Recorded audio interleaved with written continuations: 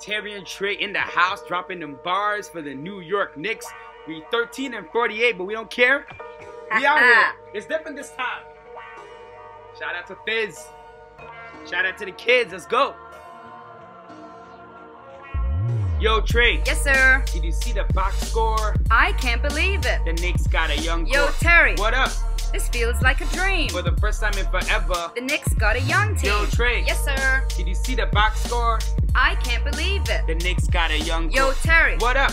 This feels like a dream. For the first time in forever. The Knicks got a young team. It's the New York Knicks and we coming back quick. Now we got young players and we got draft picks. That's crazy. What about the bad contracts? They gone, son. Thank Perry for that. See, it's a new era in the mecca of hoops. We got youth, skills, and the alley oops. It's different this time. This young team can excite. Yo, finally, I think we're doing things right. It's the rook Kevin Knox and the future is bright.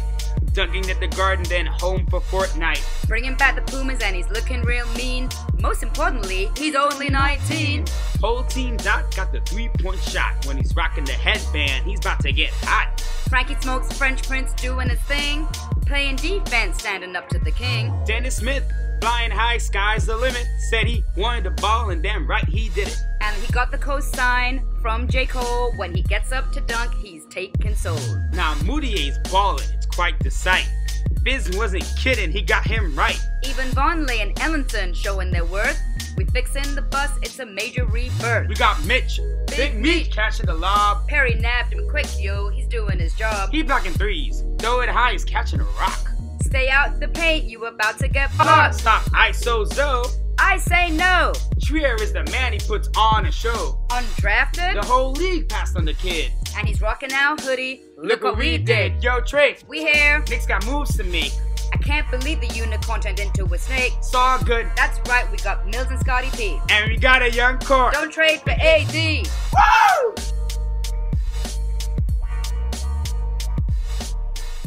Take note.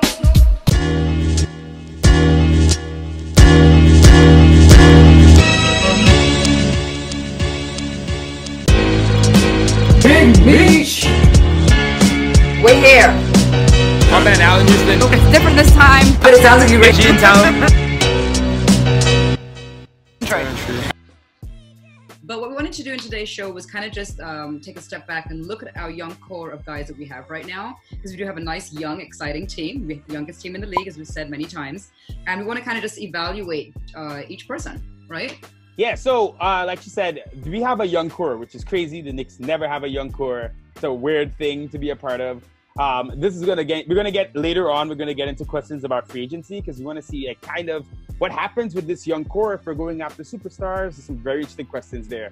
They're showing us signs now that they're growing, so it's getting to the time where it's like, it's a tough summer. I'm glad I'm not Scott Perry. Let me just say that. You know, a lot of these guys are now playing a lot more games than they ever have before. They're obviously traveling a lot more than they ever have before. So it's a lot more wear and tear on the body and the mind, I would say.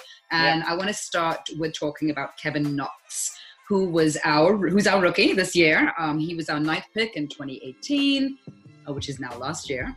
Small forward out of Kentucky. So what do we want to talk about with Kevin Knox? So Kevin Knox drives me up a wall and drives me down back the same wall sometimes. So with Kevin Knox, what you have is great size, long body, athletic, a lot of fundamental issues though with his defense. His shooting at times, even though I think his shot is fine, he misses shots he should not miss. And then his timing and footwork is really off as well. The footwork, you just keyed it. So I just have to cut you off. I have to cut you off because you cut me off all the time. But footwork, so you just said that he's really big and strong, right? Which he is, and his upper body. But his lower body, to me, his legs still seem really sort of skinny and almost like stilts. Like he looks kind of shaky sometimes. I remember we spoke about his Puma deal and we were like, those shoes are not the right shoes for him. Because I never said that. I want the dealership. I want the deal, Puma. Puma, right here. Terry and Trey. Listen, I have all Puma gear, so don't even. But what we find his feet, he kind of seems like a little shaky and not like steadfast when he kind of plants his feet down. So he does have to learn to control his body more. So go ahead. Yeah. So some people say that Kevin Knox is like a football player who's playing basketball, which is funny because he did play football. His dad was a football player. But with him, so it's exciting sometimes, right? You see him get hot. You saw him in Summer League. You saw a couple of games this season. You saw that big dunk against Cleveland. So he is growing in so many ways. Fizdale's really playing him a lot. You talk about guys getting more minutes. He is letting Kevin. People talk about also Fizdale and Mudiay being tight. He is letting Kevin Knox play as long as possible, even when Kevin Knox is playing horribly. Even his defense needs a lot of work. Now, I know I'm railing on him now. Let me get to the positives. He keeps going, which I really like to see. I definitely believe he wants to be great. I think he's going to be an effective scorer, and I want him to be like Tobias Harris is for the 76ers. And I do see the potential, but he has some work to do. I think he is a project, and I think people kind of forget he's a project because of how he played in Summer League and, you know, the fact that he went to Kentucky and stuff like that. But I do have faith in him long term, and I think this summer is going to be huge for Kevin. I think that he's going to be good. I just think that he needs a lot more practice, and he needs to learn to get control of his body. Yep. And he's also still really young. So there's another sort of part of development that has to happen as well. And I think he's going to have no problem with that, seeing as what you just mentioned, his dad was a professional athlete, and his family is definitely here with him. Not necessarily here in New York, but his family is very supportive of him. And I think he kind of knew from like a young kid, like a really young, there's videos of him I think we've seen where he knew he was going to be a professional athlete. So I think his mindset is already there. Sometimes I will say this, he does look a little lackluster. And he has bad body language sometimes. Yeah, he had bad. Like you see Kevin Knox, he'll do like the. He has like some bad body language sometimes. He does, but the thing is, he never gives up. Right. He doesn't show that on his face. His face doesn't. His face actually kind of shows like, oh man, I did bad and I'm giving up. But he physically actually doesn't give up, so he will keep trying. So I'm not worried about him. As you said, he's a project, and I think that by next year we'll start seeing, or later this year rather, we'll start seeing some change in his game. Yeah. Person number 2 we want to talk about is going to be Dennis Smith Jr., who we wanted, when I say we, the fans, I think wanted him over Frank back in the 2017 draft. So he was picked 9th right after Frank, and he is from North Carolina State University. So Dennis Smith Jr. Okay, this guy has, he's hitting New York like a fireball. He wants to be here. He has that attitude, the swagger, the anger, the 90s Knicks we like to bring up. He is surprisingly a very willing passer. I think there were some reports out of Dallas that people thought maybe he couldn't play off ball or he didn't want to give the ball up. He has been surprising. He gets into the lane. He's finding guys. Him and Dotson have a little chemistry going. The athleticism is off the charts. There's no need to even talk about that. You know what you're getting with him. He tried to kill some guys so far with his dunks. So he's insane. The Garden loves him. On defense, I think he's a really decent on-ball defender because he's a competitive guy, right? So he sees the guy in front of him. He wants to stop that guy. But when it's off ball and he's not, he gets lost. I want you guys to check this clip out from Tom Piccolo. Shout out to him. Great writer. He did this piece for Knicks Film School talking about Frank and Dennis Smith playing together. And look at what is Dennis Smith doing here? Can you tell me, where is he going? Wow. What? Yeah. So as you can see there, definitely some holes in his game, but exciting guy. What do you think about Dennis Smith so far? Definitely very exciting. A fan favorite person. He has that sort of superstar quality where I could see he wants to be the star of the team and he wants to like show himself and he wants to have these great dunks and great plays.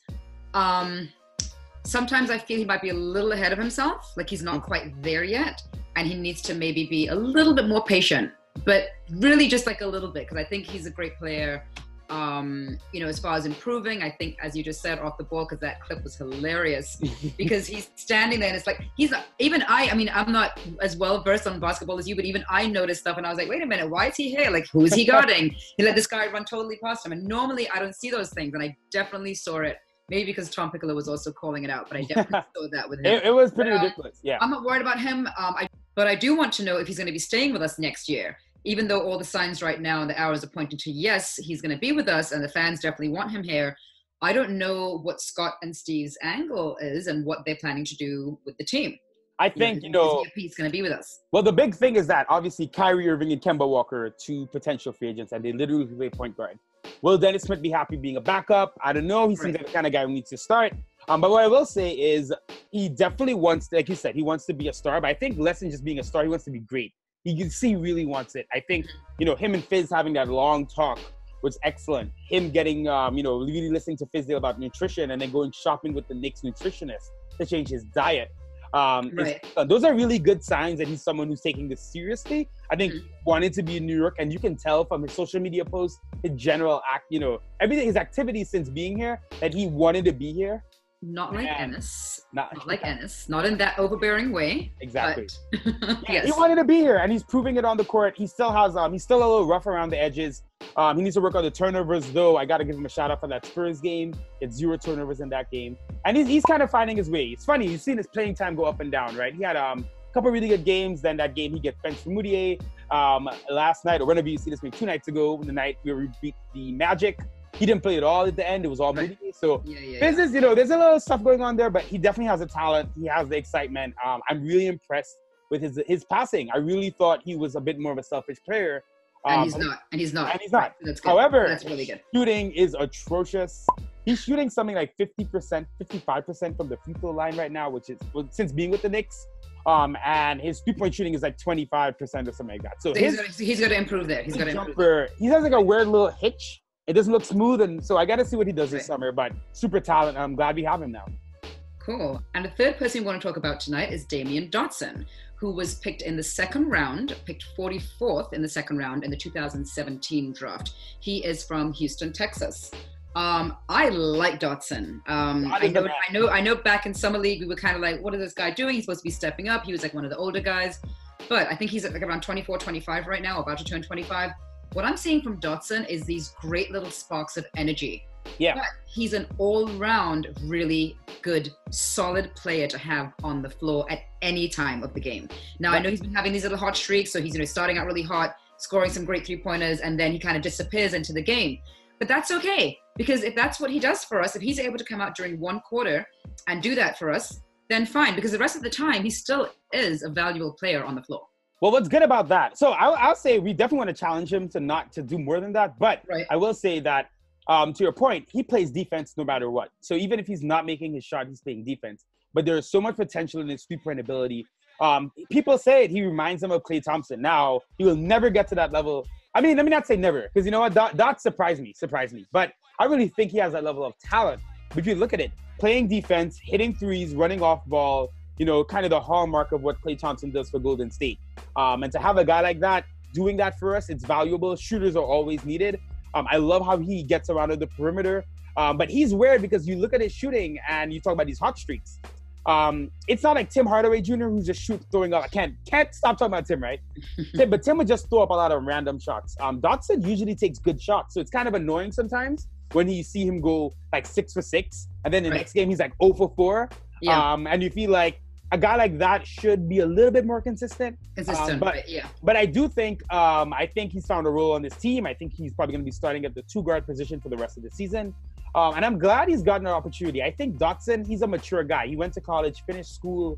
So it's not like a young 18-year-old coming in. When he came in, he was already 22, 23. Had Hornacek played him last season, I think we would have seen a lot of this stuff already. But not even developed. I think he's already kind of always been this guy. Because he's so much older than some of these guys, like he's closer to who he's going to be.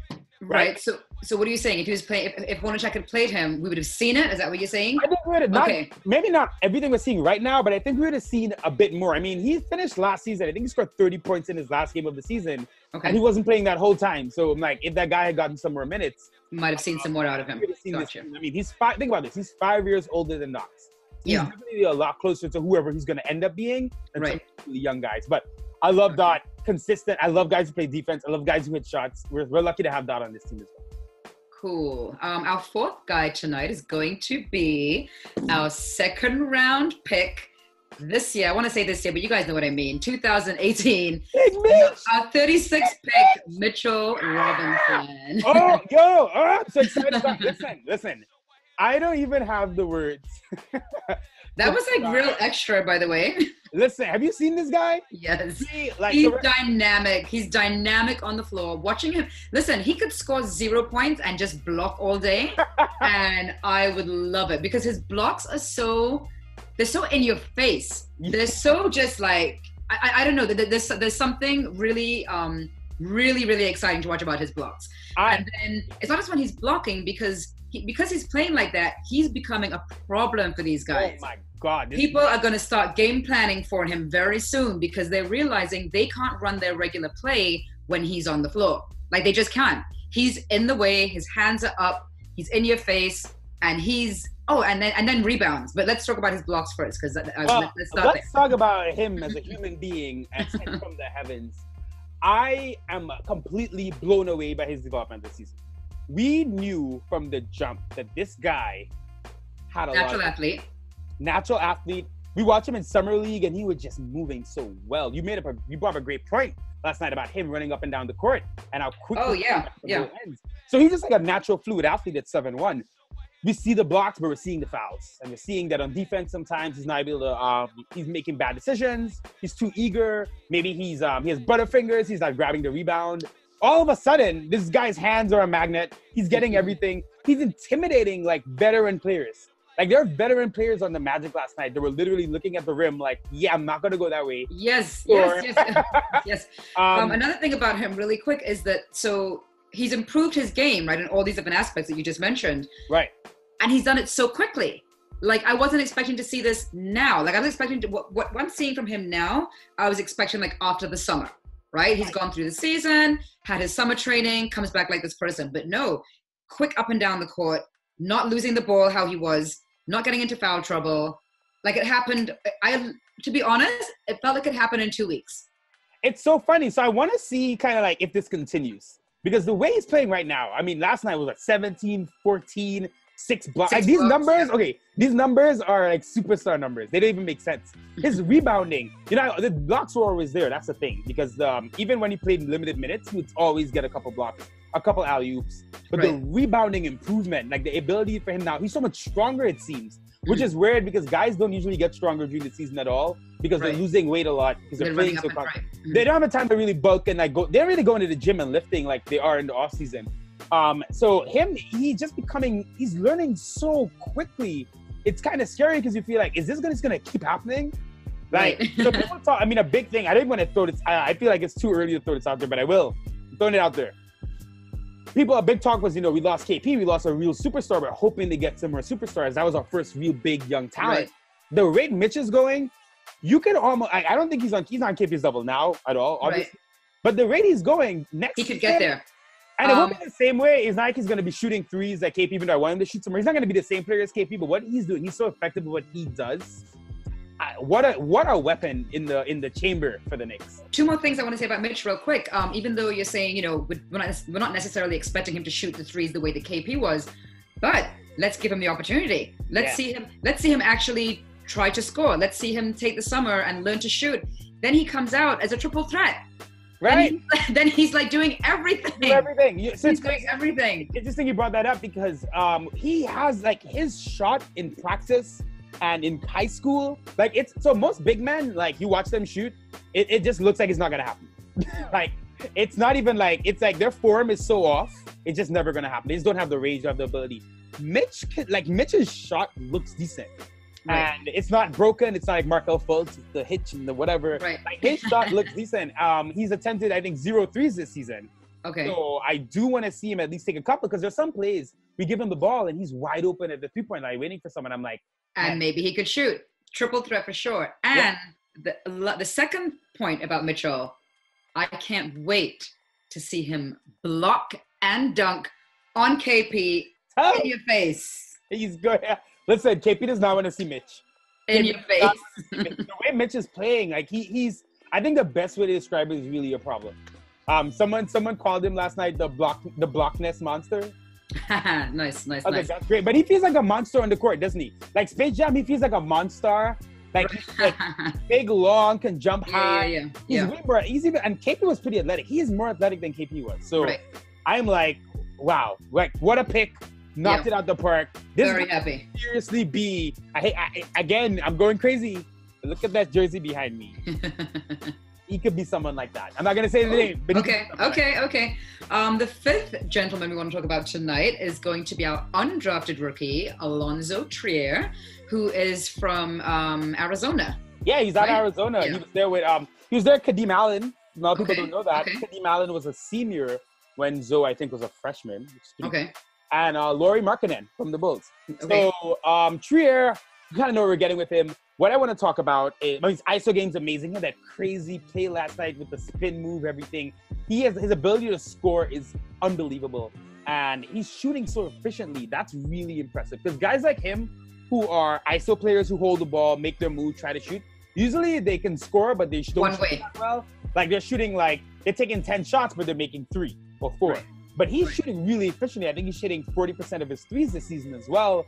And I think the game is beginning to slow down a little bit. You know, for him, I think he's like this all-action go guy. But I think for him to hit that next level and go from beyond just like a nice guy who can score a little bit to be a guy who can do a lot more, it's going to be slowing down, being calm. It's the IQ and getting smarter. But his attitude is great. Another kind of New York guy.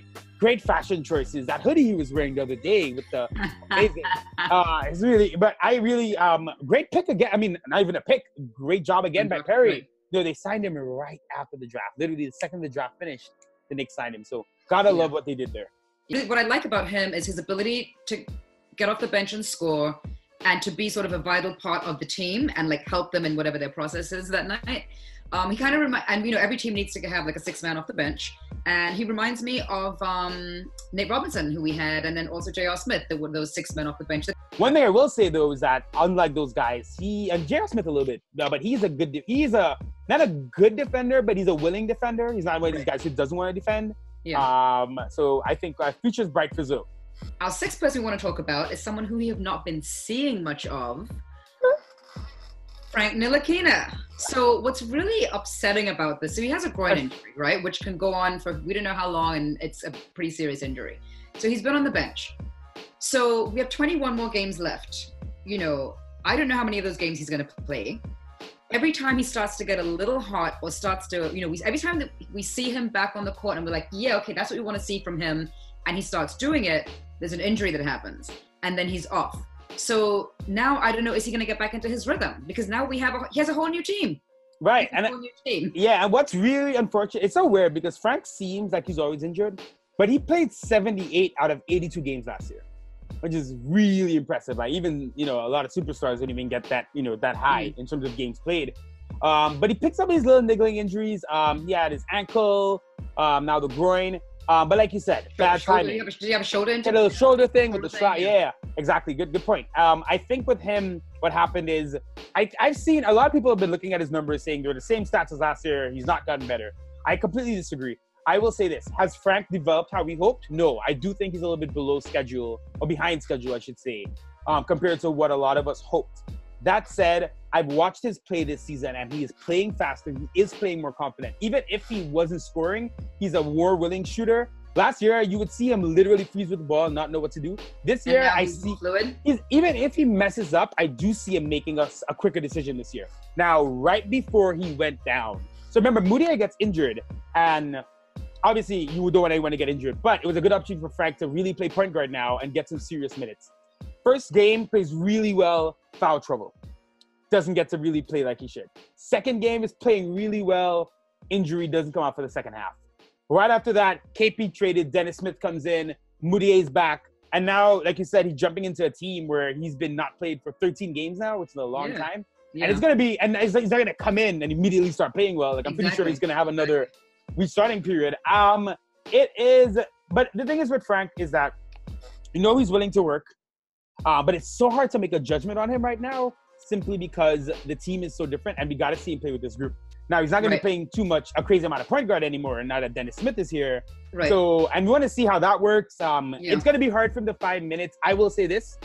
If there's any time for the Knicks to send him to the G League, I think it's now. I think what you do is you send him to the G League, and you can say, if you're worried about saying we're sending our number 8 pick from last year to the G League, he's injured. He needs to recover. So you send him to the G League. Let's say we got 21 games left, right? Let him get a good 5 to 7 games in the G League. Right? Let him play, let him feel healthy, let him work out the kinks. We got so many guys right now playing well for the actual Knicks. You know, let them keep playing, let them keep doing it. Let Frank rock in the G League for a little bit, get healthy, feel good. Bring him back for the last 10 games. Right. That's kind of what I think would happen. Yeah. Yeah. Even though he hasn't been playing with the team, I will say this. I think that he likes this new team. And I've already seen, I see so much close camaraderie between all the players. So even though he hasn't been on the court with them, I still feel like he kind of is on the court with them in a different sense because, you know, they all seem to definitely have a great rapport with each other. Yeah, they're a tight team. I think now the big thing for Frank, is we're going into off season, and he's obviously signed for 2 more years, but so many things could happen. You can't really say yet that what he's shown in the 2 years is such a guarantee that the Knicks should definitely keep him. Right. Like, exactly. I love Frank. You guys know we love Frank here, but if they traded him in the offseason, while I would still be upset and say, he's a project, he was, you wanted to give him time, I could also see Perry saying, right, but, I still don't know. And he hasn't shown us proof yet that, yes, guaranteed, there's no. Look at Mitch. Right. Mitch has shown us proof that no matter what happens this summer, you kind of think, you know what? Let's say an AD trade comes up, Mitch is enough to give you pause and say, I don't want to give up Mitch. Right. With Frank, he hasn't shown that. And it's a tough thing, but the NBA isn't fair. Guys get injured at bad times. We've spoken a lot about this, about guys getting traded, injuries. Like, you got to make your own way. But I don't doubt his desire to do so. But it's kind of it's getting close to like put up or shut up time for him. Not even shut up. He doesn't really talk that much. Right. You know what I mean? Well, weirdly enough, you and I have actually been prepared for him getting traded for like the last month or so. We've been like, okay, it could happen. Frank could go. So he's like the one guy we were like, this could happen, and he's still here. I definitely want him on the team. I think I want him on the team. I want him on the team. You guys know that we love Frank. I want him on the team. But, the guys are going to, Scott and Steve are going to do what they have to do. They are. One thing I want to say, though, and one thing I'm really interested in is I look at all the guys in the team and what they want to do. Mitch wants to block shots and dunk, right? Dotson wants to shoot threes. Dennis Smith Jr. wants to dribble, get to the lane, dunk on people. Mudiay, who we'll talk about next, he likes to get to the rim. Kevin Knox wants to kind of do his thing, and Fizzle's letting him do it. Frank is so weird because he wants to defend. That's literally when he does not want to shoot. Right. He does not want to score. He wants to defend and pass the ball. And I'm wondering now, without any pressure anymore to really be the point guard or the main guy setting everyone up, because now, like, will he now? I'm wondering if the Knicks will now kind of be like, all right, Frank, you know what? Go out there and just defend the best player, because that's kind of now him doing his strength, what he wants to do. Now, obviously, he has to cut down on the foul trouble and stuff like that. But I would love to I want to see if he comes in now and kind of with Dennis Smith really kind of taking over that point guard position. Right. Frank will still play a little bit there, I'm sure, like a couple minutes, but it's really not going to be him really being the main point guard anymore, most likely. Yeah. I want to see if he now can kind of lock into, like, I'm going to be a super defender guy, make sure we get the ball back, make sure on offense I'm passing the guys, and see if he feels more comfortable without that pressure. Because and we both know, he doesn't, when Fizzle was challenging him early in the season to shoot and to be aggressive, we knew you could see that he was kind of forcing himself to do it. Kind of like, well, this is what the coach wants, so I'm going to be this guy. But you could see that his game, he does not want to, he's not feel the need to be the main scoring guy on the team. Whatever the role is, whatever role he is going to play on the team, he has to step into that role like 110% and show that that's his role and show how valuable he is. Because I feel a lot of people still, they don't see the value in him. They're like, why do we even have this guy? What is he doing? What, get rid of him, trade him, because they don't see the value in him. And I think we do see the value in him, and that's why we want him on the team. And value doesn't necessarily mean putting up shots. Like, as you said, value could be him defending the best player on the opposing team. And giving that guy hell all night. Yeah. Because another thing is, if Frank is using all his energy on defense, right? That means you're not requiring Kevin Knox or who else to really play on defense like that. Right? You can give him a break. For example, the Bulls, sometimes you might see Scottie Pippen defend the best guy, so Jordan wouldn't have to go, all out, even though Jordan was he's like a psychopath. But you can play with it, I think. But the truth is, he has to hit some shots. I think even if he doesn't want to shoot, it's them. But you can't just get 0 points every year. You're gonna have to be able to hit your shots. You have to be a bit of a threat, because then you're putting more pressure on the offense. Because now it's 4 on 5. That Frank guy's not gonna shoot. Who the hell? But like I said, I do think he had been improving over the season after he got that really nasty shooting slump. He was playing a lot better. He looked a lot more comfortable out there. So I really want to see if he hopefully can come back and get in rhythm to end the season strong. Right. And our last player we want to talk about, last but definitely not least, is Emmanuel Mudiay. He was the 7th pick in the 2015 draft, and from the Congo, but played in China. How long did he play in China? Because I wasn't aware of him. He played in China for 1 year. He was one of these guys who didn't want to go to college. Okay. Oh, so he did the Mitch thing, but he did it in. But he actually got paid. Right. Yeah. Okay. He made money in China, but didn't have a good time there. Got injured. Wasn't too great. Okay. But so Mudiay is. I'm not the biggest fan of Mudiay, but I gotta give this guy props. He's really, every time people keep trying to bury him, like, oh, finally we got rid of Mudiay. But I won't lie, Mudiay keeps fighting. Mudiay's ability to score is really impressive. He's been getting to the rim. He does not. So the passing has been a bit of an issue. Now, I don't think Mudiay is like a selfish guy, But when he's scoring, like, he just kind of wants to keep getting to the rim and scoring. And you see him get on these streaks where he's scoring like 8 points in a row, 6 points in a row, 10 points in a row. Last game scored really well, but the assists were pretty low. But Fizdale really likes him. I think Fizdale loves his style. I think he gives you. So Frank is, big in terms of his height. And, he's not a small, he's skinny, but he's not like a tiny guy. Dennis Smith is fast, but he's a little bit small. Mudiay gives Fizdale the size that Frank has, but he gives him the athleticism and the speed, a little bit of it, not really the whole thing, that Dennis has. I think Fizdale just really likes him, and Fizdale's invested in him. And I got to say, from when Fizdale said it a year ago to now, Mudiay, while he has not been perfect and he's still a bad defender and all this stuff, he definitely has shown an improvement in his game and trying to live up to that 7th overall pick that he was. Mudiay was a guy who people thought was like Russell Westbrook. He got compared to Russell Westbrook in high school. So I'm saying this guy is someone people expected a lot out of. Right. So let me ask you this. So how old is Mudiay? He's 25? 22. People 22. Forget he's young. So he looks older than that. Do you think, well, I guess a lot of these guys do, but do you think that his game is going to improve from what it currently is? Because what I see from him, yes, he gets hot and he has good games and he puts up really decent points. Sometimes I'm like, wow, where did all these points come from? But I don't know how to say this, but I don't so much see him fitting in. Like if I had to pick one player out of the team who doesn't fit in as well as everybody else, it will be him. Interesting. So interesting you brought that up. So Mudiay's advanced stats are not good. He's not a good defender. And the real question about him is, as good as he plays, it kind of feels when he's. So I would actually push back on that. Let me just digress a little bit. I do think he actually, like, personality-wise, him and the team are tight. Him and Vonleh are pretty close. Him and Frank are close. I think they like him. I think everybody likes him. What I will say though, and I think this is the point you're really getting to, is that it kind of feels like he's just scoring on his own. Exactly. So when I see him on the court, to me, even when he's scoring, he's doing that on his own. Like there's no game plan with the rest of the team. It's like him going to the basket and shooting. Yeah. You know what I mean? So so when I say about him not fitting in with the team, I think, like I said, I think off the court, this team loves each other. Yeah. And they get along really well. So on the court, I don't see him fitting into a system of how they're playing. So that's really what I mean. It's interesting. The thing is, you watch Mudiay play well, and the real question comes, because a lot of guys can score and put up points. A lot of guys can play well, but can you do this on a winning team? Because it's easy to put up 15 points a game on a team that's 13 and 49 or whatever, 48, whatever we are.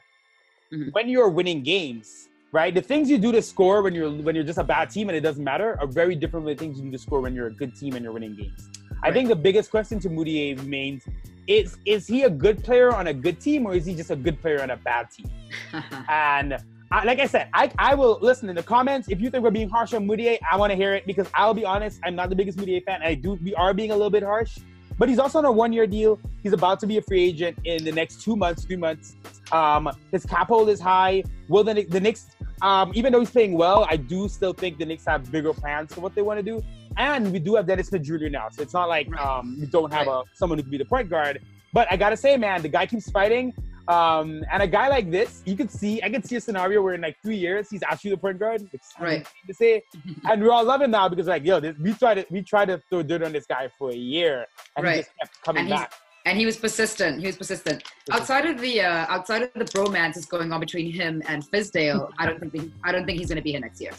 Ooh. I'm saying that because you said he's a free agent next year. He's on a 1-year contract. I don't think that Scott and Steve necessarily was seeing him in their future plans. I think that Fizdale really has a lot of admiration for him and really wants him to be part of the team. So I don't know how that's going to pan out, but like I said, I don't think that he's here next year. It'll be really interesting because Fizdale will be someone involved.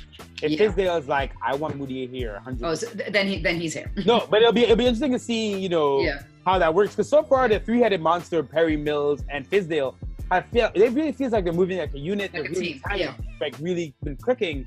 The summer is going to be interesting because I don't think we're going to see friction, but there will be. Fizdale's going to have his own goals about the season, what he liked, what he didn't like. They're going to have to make their own decision based on what they think from a kind of bird's eye view. So exciting summer ahead as always. The Knicks. Yeah. All right. So that was our little rundown of our young team, our young core. Henry Allenson, future KP. I just got to give a shout out to Al Henry. We got to see how Henry plays for a few more games before we really talk about him. I just want to say, great game last night. Way to come to the Garden after not being in the NBA, getting cut by the Pistons, and, you know, having a big game. Melo was his favorite player growing up. So what a moment for him. Yeah. I want to see if this shooting can keep up. If he passed so well last night. It was 5 assists. You know, he had more assists last night than Kristaps Porzingis has ever had in a game for the Knicks. Who? You're tricky. You're tricky. Very Trey. We are out. Thanks for watching again. Like, comment, subscribe. We'll be back. We got a lot more stuff coming for you guys. But go Knicks as always. As always, thanks again for watching our video. Do not forget to subscribe and turn on your notifications. That way you'll know every time that we post a new video. And check out some of our other stuff.